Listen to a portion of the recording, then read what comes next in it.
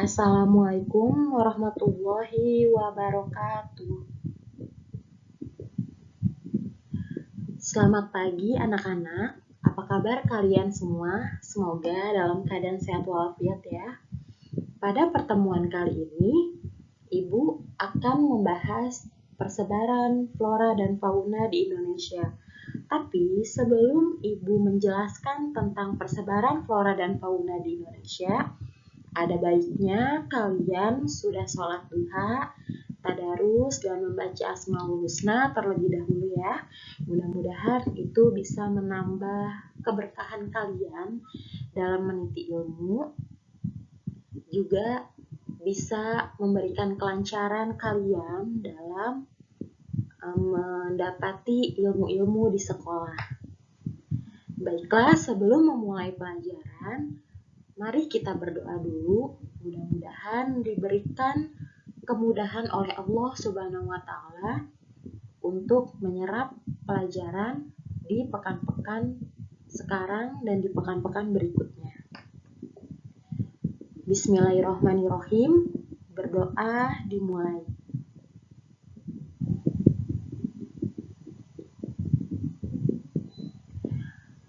Selesai. Bagaimana? Sudah siap untuk belajar pada pembelajaran online lagi di pekan kali ini setelah 2 pekan sebelumnya kita belajar tatap muka secara langsung, dan minggu ini kita harus kembali melalui proses pembelajaran online. Mudah-mudahan tidak jenuh ya, karena memang baru sebentar kita bertemu, sekarang kita sudah harus belajar di rumah kembali. Apa-apa ya, mudah-mudahan tidak mengurangi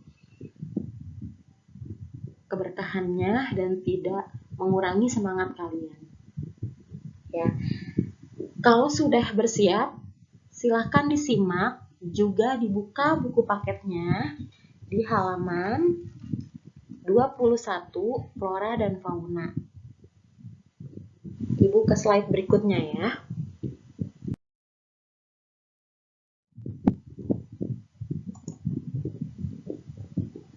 Ya.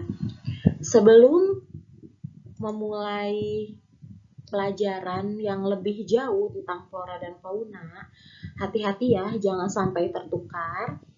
Flora itu adalah tumbuh-tumbuhan, sedangkan fauna itu adalah hewan. Ingat, flora itu adalah tumbuh-tumbuhan dan fauna itu adalah hewan. Jangan sampai tertukar ya. Ibu jelaskan dulu. Keanekaragaman flora dan fauna tersebar di berbagai wilayah Indonesia. Karena iklimnya yang tropis, ya.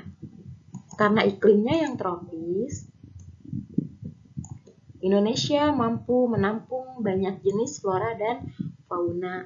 Bahkan di tahun 2018, portal resmi atau website resminya Indonesia menyebutkan bahwa keberagaman flora dan fauna di Nusantara itu yang tertinggi di dunia, yaitu sebanyak 10% atau lebih dari 25.000 jenis flora yang ada di dunia. Itu terdapat di Indonesia. Ya. Jadi kalian bisa bayangkan dari belahan bumi ini ternyata Indonesia menyumbang sekitar 10% atau ada 25.000 jenis flora atau tumbuh-tumbuhan yang terdapat di negara kita. Banyak banget ya, 25.000 jenis itu yang mungkin salah satunya yang kita tahu, selebihnya yang belum kita tahu itu lebih banyak lagi. Sedangkan jenis faunanya ini mencapai lebih dari 2.000 jenis, yaitu bisa meliputi mamalia, burung, reptil, hingga serangga. Ya, jadi banyak sekali yang kita temui dalam sehari-hari, gitu ya. Itu yang hanya kita tahu, yang kita belum tahu itu lebih banyak lagi. Itulah Indonesia dengan keragaman flora dan faunanya atau keanekaragaman hayatinya. Atau bisa dikatakan keragaman biodiversity. yaitu baik floranya maupun faunanya. Sampai sini mudah-mudahan bisa dipahami ya.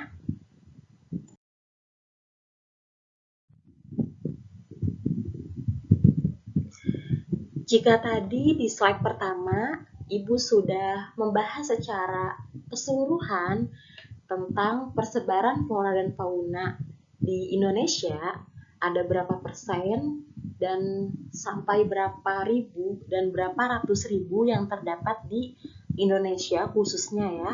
Ternyata dari persebaran flora dan fauna sebanyak itu, pastinya ada sebab dan ada faktor yang mempengaruhi dari persebaran flora dan fauna di Indonesia itu sendiri. Ya. Apa aja faktor-faktornya? Di sini akan Ibu bahas. Ya. Secara umum, menurut modul buku geografi terbitan Kemendikbud atau buku elektronik geografi yang dikeluarkan oleh Kementerian Pendidikan dan Kebudayaan, terdapat beberapa faktor yang mempengaruhi persebaran flora dan fauna di Indonesia. Yang pertama akan Ibu bahas adalah faktor iklim.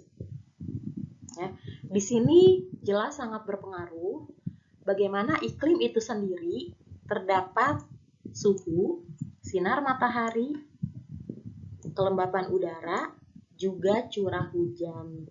Nah, ini yang menyebabkan kenapa keanekaragaman flora dan fauna di Indonesia itu beragam dan banyak. Ya, iklim itu sangat berpengaruh, bukan hanya di Indonesia, tapi di belahan bumi kita, di negara-negara lain, di benua-benua lain, iklim ini sangat berpengaruh terhadap adanya persebaran flora dan fauna di wilayah masing-masing. Gitu ya. Terus yang kedua, yaitu faktor fisiografis yang meliputi perbedaan ketinggian tempat dan bentuk lahan. Ini juga berpengaruh. Kenapa? Karena ada tumbuh-tumbuhan atau flora yang hanya bisa hidup pada ketinggian tempat tertentu. Ya, juga hanya bisa hidup pada bentuk lahan tertentu. Ibu ambil contoh di sini adalah pohon stroberi. Kalau kita menanam pohon stroberi di wilayah kita di Bekasi, itu bisa saja tumbuh, tapi mungkin tidak berbuah. Ya, jadi hanya bisa tumbuh mungkin hanya daunnya saja. Tapi kalau kita menanam pohon stroberi pada daerah dataran tinggi, mungkin daerah Bandung, daerah Lembang, daerah Garut, yang memang suhu udaranya lebih turun daripada di Bekasi itu sendiri, maka dia bisa tumbuh dan berbuah. Jadi ada beberapa jenis tumbuh-tumbuhan ya, yang memang hanya bisa hidup pada ketinggian tempat tertentu dan bentuk lahan tertentu. Mudah-mudahan sampai sini bisa dipahami. Ibu lanjut. Faktor edafik. Apa itu faktor edafik? Yaitu kondisi tanahnya yang meliputi perbedaan struktur tanah, tingkat kegemburan tanah, kandungan mineral organik, kandungan air tanah, dan kandungan udara tanah. Jadi kegemburan tanah itu adalah kesuburan tanah. Jadi memang di daerah-daerah tertentu ada yang tanahnya itu subur, ada daerah yang tanahnya kurang subur, ada juga daerah yang tanahnya tidak subur. Jadi ada 3 jenis kategori tanah: tanah subur, tanah kurang subur, dan tanah tidak subur. Nah, ini jelas sangat berpengaruh. Kalau misalkan di Bekasi tanah kita kurang subur, ya kita hanya bisa menanam tanaman-tanaman yang memang bisa hidup pada daerah yang panas saja.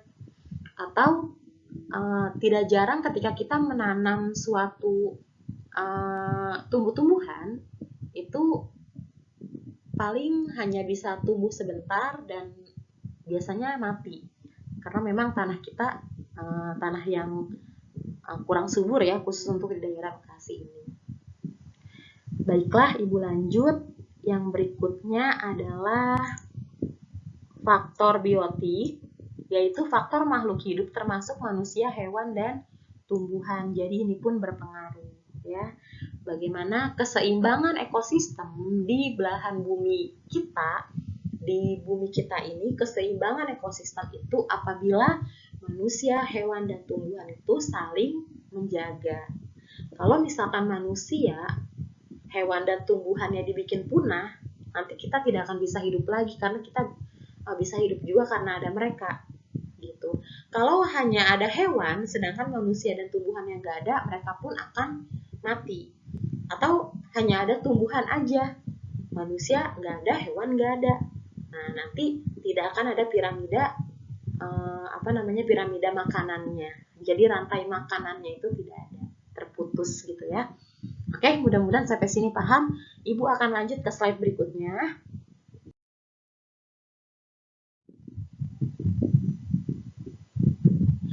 Ya, jenis-jenis dan persebaran flora di Indonesia. Ibu bahas yang flora dulu. Mudah-mudahan masih ingat apa itu flora. Ya, flora itu adalah tumbuh-tumbuhan. Di sini Ibu ambil 3 wilayah.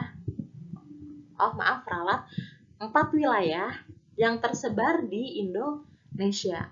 Ibu akan bahas yang pertama adalah flora Sumatera Kalimantan. Ya, flora Sumatera dan Kalimantan, tumbuh-tumbuhan yang bisa hidup pada daerah ini adalah kayu meranti, damar, pohon damar ya, atau pohon jati, berbagai jenis anggrek, lumut, ya, jamur, paku-pakuan. Daun paku-pakuan itu daun yang biasanya daunnya itu memanjang ya, dia tidak melebar, serta mangrove di wilayah sekitar pantai. Jadi fungsi mangrove itu sangat bermanfaat sekali. Kenapa? Dia itu mencegah abrasi pantai. Bahkan pada kasus-kasus tertentu, ketika gelombang tsunami datang menyapu pemukiman, kita masih punya mangrove, itu bisa tertahan airnya. Jadi nggak semuanya masuk ke pemukiman gitu ya, karena memang kalau kita lihat struktur dari hutan mangrove itu sendiri, dia itu banyak akarnya, jadi kayak menancap gitu ya. Itu fungsi dari hutan mangrove. Terus Ibu ke flora Jawa dan Bali ya. Kenapa Jawa dan Bali? Karena masih berdekatan kita pulaunya ya. Nah, di sini tumbuhan yang bisa hidup adalah pada hutan muson ya. Muson itu ketika musim hujan dia daunnya banyak dan lebat, tapi ketika musim kemarau dia daunnya itu akan mati dan gugur. Yaitu salah satunya adalah jati. Sedangkan tumbuhan di wilayah sabana atau wilayah hamparan luas gitu ya, tropis seperti rumput, juga flora pesisir dekat-dekat pantai gitu ya, diantaranya adalah bakau, dan flora yang terdapat di pegunungan itu adalah pinus dan cemara. Jadi ini yang tadi Ibu katakan bahwa setiap faktor yang mempengaruhi itu jelas mempengaruhi daripada tumbuhan itu sendiri. Seperti tadi ya, di faktor fisiologis. Jadi ketinggian tempat itu mempengaruhi. Ya, kalau di sini kita bisa lihat di daerah pegunungan itu bisa hidup pohon pinus dan cemara. Tapi kalau di wilayah yang datarannya rendah, kita sebut daerah lautan, ya, yaitu daerah pesisir, ini hanya bisa hidup tumbuhan seperti bakau. Jadi sesuai dengan habitatnya ya. Jadi bukan hanya hewan, bukan hanya manusia, tapi tumbuhan pun hidup berdasarkan habitatnya. Oke, mudah-mudahan di sini bisa dipahami. Ibu lanjut ke flora Kepulauan Wales. Nah, ini kita sudah mulai ke daerah Indonesia bagian tengah ya, setelah tadi kita ke Indonesia bagian barat. Iya, di Indonesia bagian tengah atau biasa disebut dengan Wales, ya, garis Wales, bukan garis Wallace ya, tapi garis Wales. Nah, di sini salah satunya adalah rempah-rempah, termasuk cengkeh, kayu manis ya, maaf. Terus ada biji pala, ada buah lontar, dan kayu eboni. Ya, kenapa contohnya itu adalah salah satunya rempah-rempah? Karena di flora bagian Kepulauan Wales ini atau Indonesia bagian tengah ini nanti kita temui salah satunya adalah wilayah Maluku. Di mana Maluku itu terkenal dengan rempah-rempahnya. Berdasarkan sejarah bangsa-bangsa Spanyol atau bangsa-bangsa barat ya, seperti Spanyol, Inggris, Portugal yang pernah menjajah negara kita dan tiba di daerah Maluku, di mana Maluku itu sendiri punya tumbuhan yang khas ya, salah satunya adalah rempah-rempah, kemiri, kayu manis, biji pala, terus cengkeh gitu ya, kapulaga dan yang lainnya. Ya, jadi Indonesia itu negara yang kaya banget. Kenapa Ibu bilang negara yang kaya banget? Kita punya pertambangan emas, kita punya pertambangan timah, kita punya pertambangan logam, bahkan rempah-rempah pun kita itu nggak mengimpor dari negara lain, malah kita yang mengimpor ke luar, ya, gitu. Jadi luar biasa Indonesia itu. Terus kita semakin ke timur, kita semakin ke Indonesia Timur, yaitu flora Papua. Salah satu yang sangat khas dari wilayah Papua atau Indonesia bagian timur sana adalah salah satunya eukaliptus atau pohon kayu putih.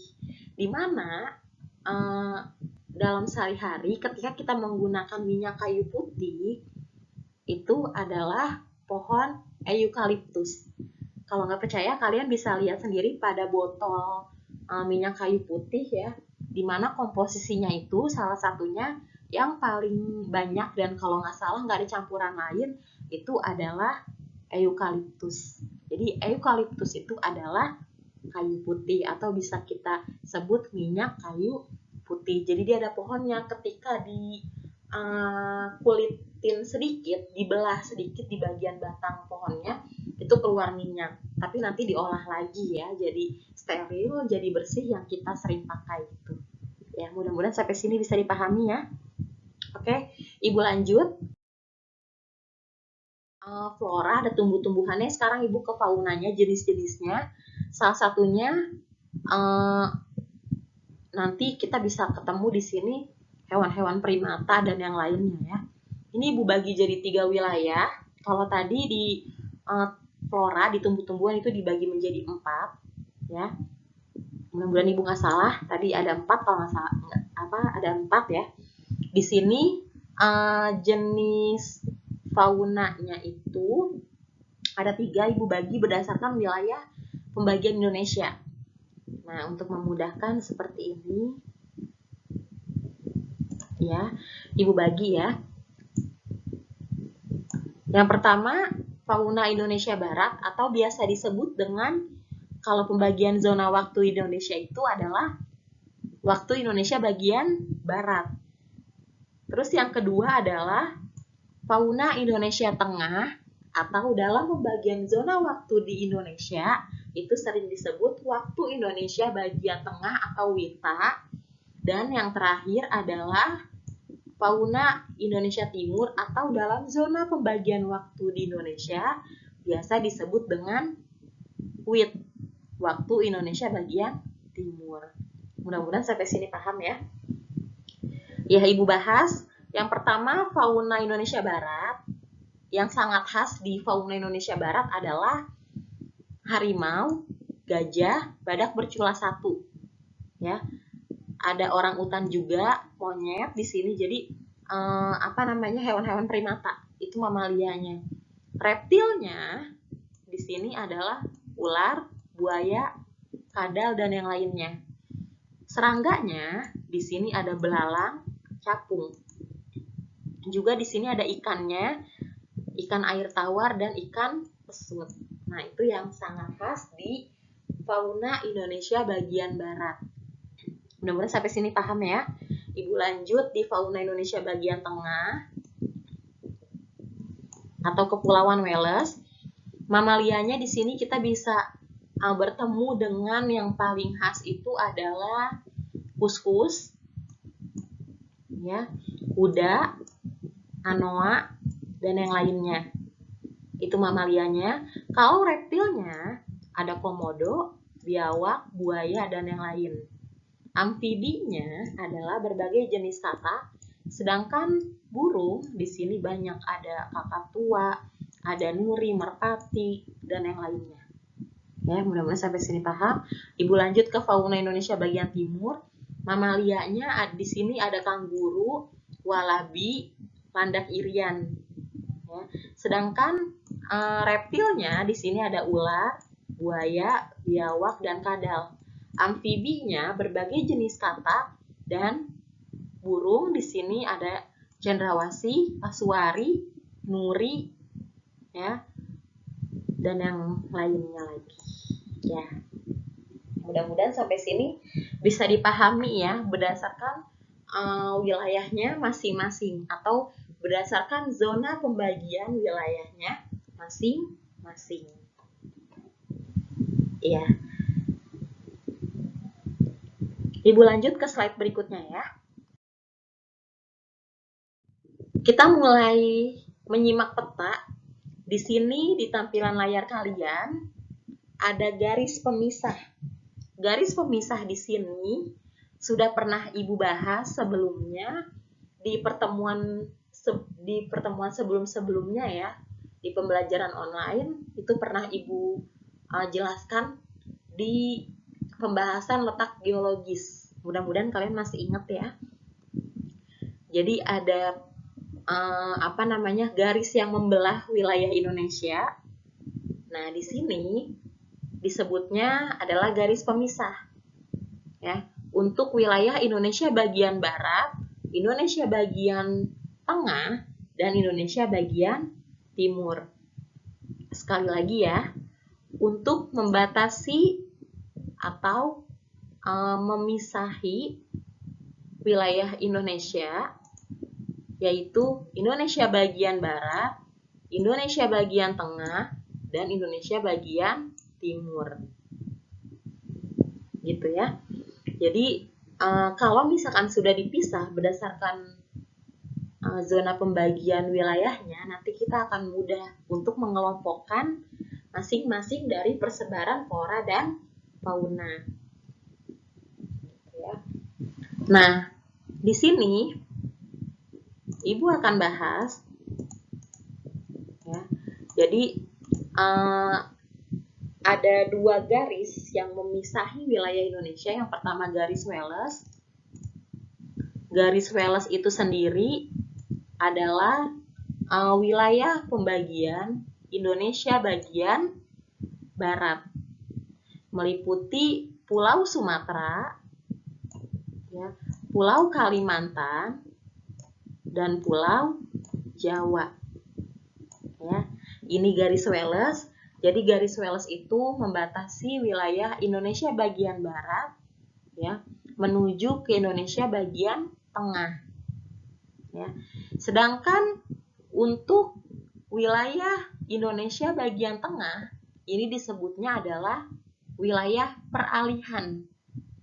Jadi peralihan antara Indonesia bagian barat menuju ke Indonesia bagian tengah.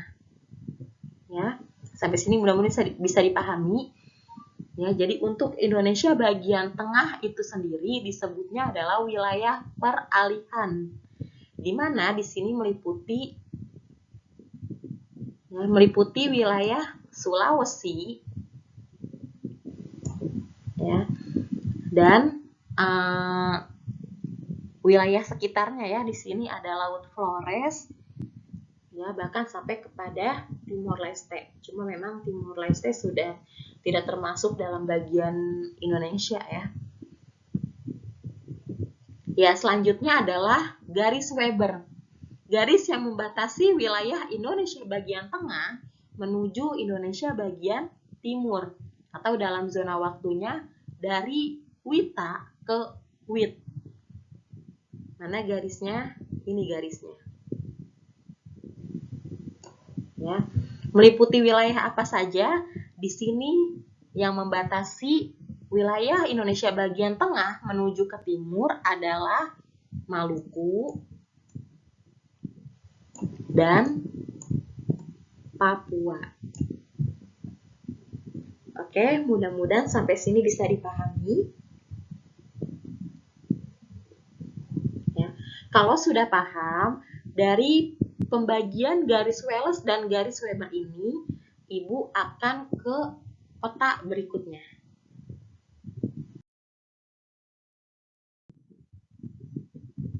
Ya, di tampilan layar kalian sudah ada peta persebaran flora. Ya, kalau tadi Ibu hanya menyebutkan apa-apa saja yang ada di wilayah Sumatera sama Kalimantan sampai kepada Papua. Nah, kalau di layar kalian ini sudah mulai tampil ya peta yang menjelaskan bahwa di wilayah mana saja sih yang terdapat minyak kayu putih, ya, wilayah mana saja sih yang terdapat biji pala, wilayah mana saja sih yang terdapat kelapa sawit dan yang lainnya. Oke, kita bahas ya dari pulau-pulau besar yang ada di Indonesia.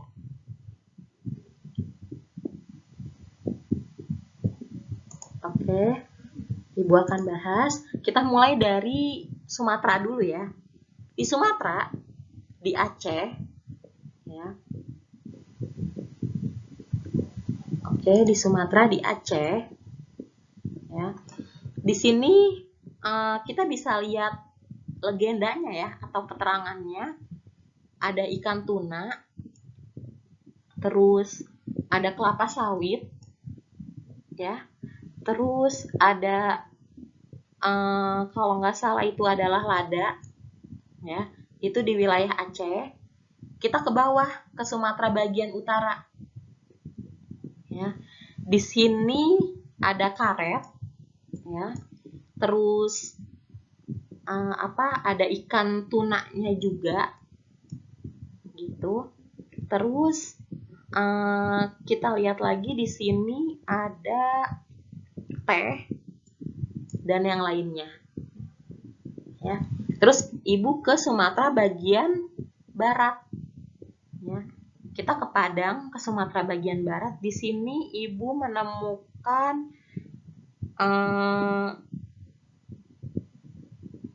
karena legendanya kecil banget ya. Di sini Ibu menemukan hasil hutan ya. Ada hasil hutan, terus ada karet juga dan yang lainnya. Ya, itu Sumatera bagian barat. Terus Ibu ke Pulau Jawa. Oke, Ibu ke Pulau Jawa ya.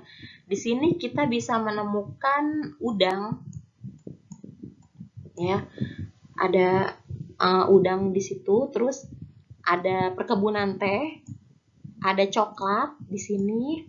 Terus ada ikan tunanya juga, ya, sama padi. Ya, memang kalau kita ke Pulau Jawa itu luar biasa pertaniannya di sana banyak ya. Terus Ibu ke Kalimantan. Di Kalimantan karena wilayah mereka itu masih banyak hutannya, jadi di sini kita banyak menemukan hasil hutan. Ya, ada hasil hutan, terus juga ada karet, ya, ada udang juga, ya, dan lada. Oke, jadi lebih banyak hasil hutan karena memang wilayah Kalimantan masih terdiri hampir 80%-nya itu adalah hutan. Kita ke Sulawesi. Oke, kita ke Sulawesi. Di sini ada kelapa, ya, hasil alamnya, floranya atau tumbuh-tumbuhannya. Ada udang, ikan tuna, terus ada jagung, ya, dan minyak kayu putih atau eukaliptus yang tadi Ibu jelaskan, ya. Terus Ibu masih di Indonesia bagian tengah, di wilayah peralihan di Nusa Tenggara. Ibu menemukan di sini banyak perkebunan jagung, ya, perkebunan jagung, juga kelapa. Oke, sampai sini mudah-mudahan bisa dipahami. Terus Ibu ke Maluku. Mulai Indonesia bagian timur ya. Di sini Ibu batasin dulu garisnya biar nggak bingung. Oke, sini ya tadi batasnya. Ibu ke Maluku. Jadi di Maluku itu kita bisa menemukan hasil alam berupa sagu. Terus ada biji pala di sini ya, yang sering kita pakai untuk masakan-masakan ya. Terus di sini juga kita masih menemukan biji pala, ada penambangan udang ya, dan rotan. Gitu ya. Jadi penghasil rotan juga. Oke, Ibu ke Papua. Di sini kita bisa menemukan sagu. Jadi asal muasal makanan papeda itu adalah dari wilayah Papua. Cuma kalau orang Papua itu makan papeda itu hanya sagunya aja, sambil diguyur sayur. Sayurnya sayur ikan gitu ya. Gitu. Kalau di kita papedanya beda gitu ya. Senang sama yang dicampur sama yang gurih-gurih. Nah, kalau mereka itu dibarengi makannya sama sayur gitu. Terus ada mutiara juga di sini ya, penambangan mutiara, ada penambangan ikan tuna, itu hasil lautnya, juga penambangan udang. Oke, mudah-mudahan sampai sini bisa dipahami sama kalian ya. Kalau paham, kita ke peta berikutnya.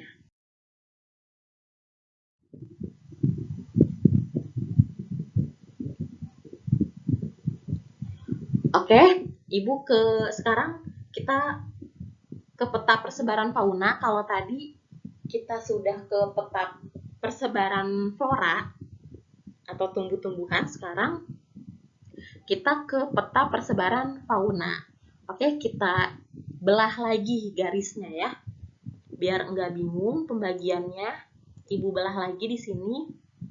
Ini disebut dengan garis Wallace ya. Ibu tandai dengan huruf WL atau Wallace, dan di sebelah timurnya Ibu belah lagi di sini garis. Ibu tandai dengan tulisan WB atau Weber. Gitu ya. Mudah-mudahan bisa paham. Gitu. Kalau Indonesia bagian barat lebih ke garis Wallace, yang tengahnya itu adalah peralihan, sedangkan yang timurnya adalah garis Weber. Oke, kita bahas ya. Mulai dari garis Wallace-nya dulu atau Indonesia bagian timur. Indonesia bagian barat, maaf. Ya. Kita bahas seperti tadi di Sumatera ujung, Aceh, ya. Di sini kita bisa menemukan harimau. Terus ada merak, ada berang-berang ya. Terus ada orang utan di Sumatera bagian utara di Medan. Terus ada gajah, karena memang daerah yang paling masih terdapat gajah dan cukup banyak itu masih di daerah Sumatera, karena di sana dia ada Taman Nasional Waikambas, jadi tempat penangkaran gajah-gajah yang sudah hampir punah gitu ya. Di Sumatera bagian barat, di sini ada badak bercula 1 dan 2, masih ada harimau, juga masih terdapat rusa gitu ya. Di Indonesia bagian barat itu ya fauna-fauna yang memang biasanya sering kita jumpai di kebun raya ya gitu, atau di tempat-tempat penangkaran hewan. Oke, Ibu lanjut ke Pulau Jawa. Di sini di ujung kulon di Banten ya, kita bisa bertemu dengan badak.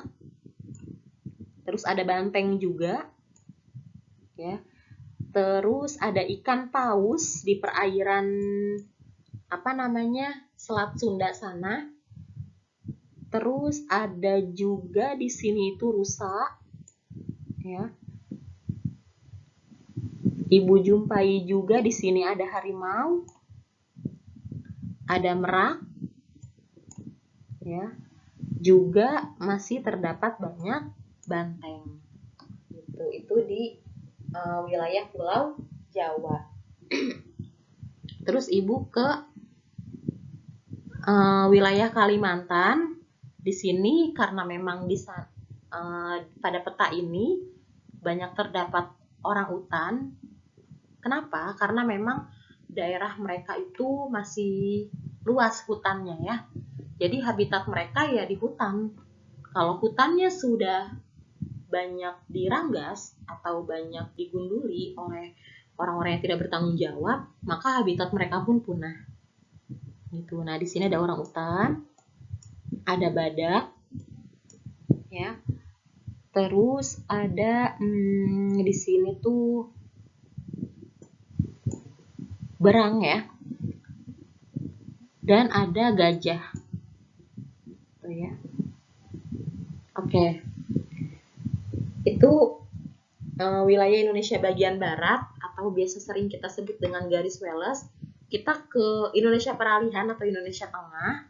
Di Sulawesi itu ada anoa, ya. Anoa itu mirip seperti kambing, ya. Terus ada juga babi rusa,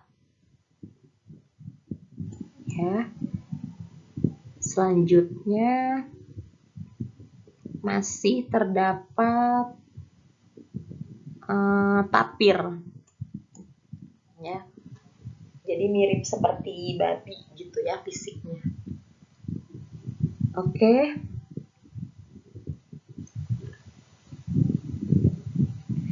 Terus kita menuju wilayah Indonesia bagian timur, ya, atau biasa sering disebut dengan garis Weber. Tuh. Nah, di sini bisa kita jumpai jenis burung-burungan. Jadi banyak, ya, di sini tuh jenis burungnya. Ada kakatua, terus ada apa nih?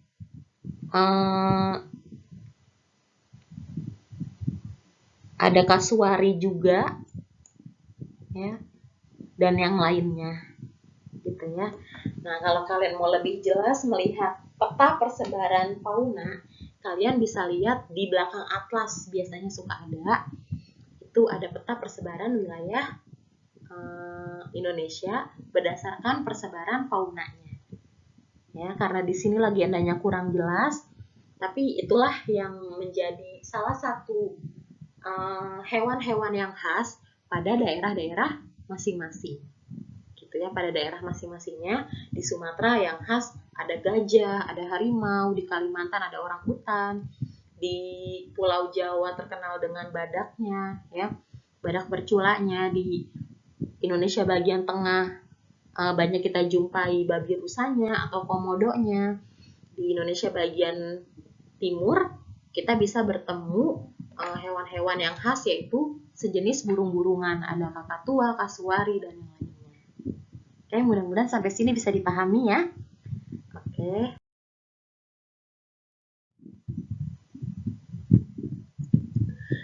Ya, yang terakhir ada peta persebaran flora dan fauna di Indonesia. Jadi digabung, ya. Kalau tadi Ibu menjelaskan berdasarkan masing-masing flora dan faunanya. Nah, pada slide berikutnya ini tentang peta persebaran flora dan fauna. Jadi digabung jadi satu, ya. Nah, kalian bisa melihat di tampilan layar kalian ada garis Wallace, masih, ya, Indonesia bagian tengah, dan garis Weber. Di sini kita bisa jumpai seperti yang tadi, cuma ini lebih jelasnya saja, ya. Sudah ditampilkan gambar. Kalau tadi kan mungkin gambarnya kurang jelas. Nah, di sini yang sangat khas pada wilayah Sumatera ada bunga bangkai di situ salah satunya, ya. Raffresia Arnoldi, di mana memang itu sangat khas dari mungkin ketika kalian SD, MI itu pernah dijelaskan juga. Terus ada harimau, ya, ada badak, harimau, badak, ada orangutan juga di sini, ada gajah, ya, ada burung merak, sudah di Pulau Jawa, gitu ya. Nah, ini sejenis hewan primata juga banyak, kera, gitu ya. Ada banteng juga. Nah, di Kalimantan kita temui maskot dari Dufan nih, ya. Ada bekantan di sini ya, ada bekantan, orangutan gitu ya. Terus ada bunga bangkai juga di sini di Kalimantan. Di Indonesia bagian tengah kita bisa bertemu komodo, salah satunya yang khas ya. Ada babi rusa, ada tapir, ada anoa, yang tadi Ibu bilang mirip seperti kambing. Selanjutnya di Indonesia bagian timur kita bisa menjumpai hewan-hewan sejenis burung-burungan, yaitu ada burung kasuari, burung kakatua, ya, cendrawasih, gitu. Ada walabi, ada kanguru tadi ya. Walabi itu mirip seperti kanguru, ya, hanya penyebutannya adalah kalau di Indonesia itu walabi. Oke, mudah-mudahan sampai sini bisa paham, bisa dimengerti, ya, karena memang waktunya terbatas dan kelamaan juga durasinya. Mudah-mudahan bermanfaat untuk kalian. Jangan lupa untuk absen di kolom komentar dengan menyebutkan nama dan kelas kalian. Kalau ada yang mau ditanyakan, kita bisa diskusi di grup WA ya. Oke, untuk tugas pada pekan kali ini, silakan kalian buka buku paket halaman 27 sampai 29. Kalian cukup mengerjakan yang nomor 3-nya saja. Dikerjakan langsung di buku paket, ya. Jadi tidak dikerjakan di buku tulis lagi atau disalin di buku tulis lagi, tapi dikerjakan cukup langsung di buku paket, ya. Mudah-mudahan sampai sini bisa dipahami. Nanti ketika jadwal tatap muka, silahkan kalian kumpulkan di kelas, nanti akan Ibu nilai insya Allah. Oke, akhir kata kurang lebihnya Ibu mohon maaf karena waktu yang singkat ini. Mudah-mudahan kalian bisa mengerti apa yang sudah Ibu jelaskan. Baiklah, sekian dan terima kasih telah menyimak sampai akhir. Sampai jumpa pada pertemuan berikutnya di pembelajaran online melalui YouTube. Silahkan kalian yang mau subscribe, itu boleh banget, biar Ibu bisa lebih semangat. Tapi kalaupun enggak masalah. Yang penting kalian sudah menuliskan nama dan kelas pada kolom komentar. Sekian, wassalamualaikum warahmatullahi wabarakatuh.